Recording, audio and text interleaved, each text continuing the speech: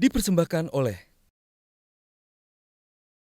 Sejauh ini, apa keberhasilan dan kekurangan kita dalam menangani pandemi COVID-19? Ya, ini memang virus corona ini memang sesuatu yang baru ya. Jadi tidak ada standar di negara manapun mengenai bagaimana menyelesaikan COVID ini dengan standar tertentu, nggak ada. Jadi dari pengalaman yang kita alami, itulah yang kita pakai untuk koreksi, kemudian membangun strategi baru. Kalau belum baik, diperbaiki lagi dengan strategi yang lain. Tetapi saya melihat angka-angka yang ada di negara kita Indonesia, misalnya angka kesembuhan. Sampai hari ini angka kesembuhan kita itu 12,7%. Padahal rata-rata dunia itu di angka 28,7%. Artinya kita lebih baik. Ini jumlah kasus aktif ya Pak? Kasus aktif. Kita 12,7%, rata-rata dunia 28,17%. Kemudian angka kesembuhan. Angka kesembuhan kita pada hari ini sudah berada di angka 84,08%. Indonesia ini. Kemudian rata-rata dunia itu di angka 69,45%. Artinya kita juga lebih baik.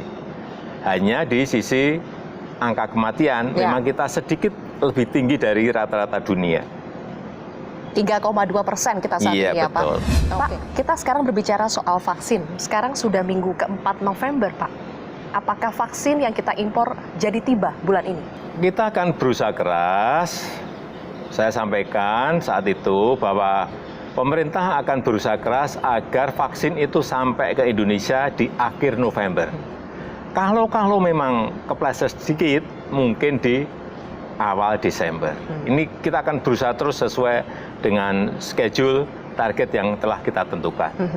Nanti kalau vaksin sudah datang, saya akan umumkan bahwa vaksin sudah datang. Tetapi kalau vaksin sudah datang, itu bukan langsung bisa dipakai untuk vaksinasi, besoknya enggak. Ini kita masih ada tahapan yang lain, karena kita juga harus mengikuti standar-standar WHO. Kita juga harus mengikuti kaidah-kaidah saintifik dan data-data sains.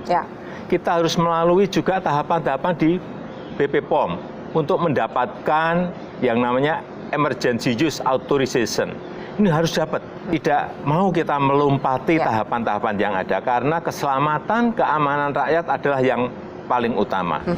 Jadi injeksi atau suntikan-suntikan apa lagi Pak yang akan diberikan, terutama nanti di tahun 2021? Ya, tahun ini ada tadi banpres produktif untuk bantuan modal kerja darurat.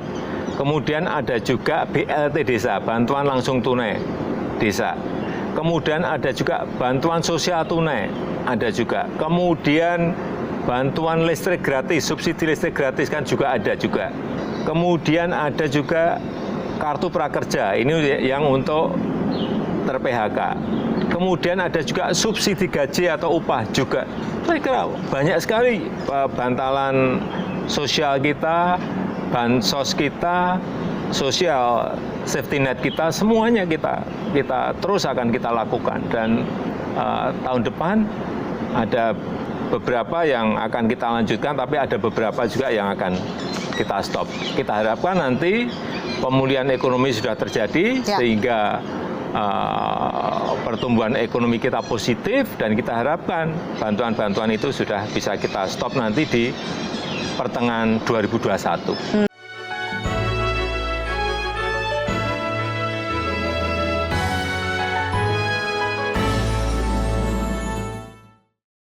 dipersembahkan oleh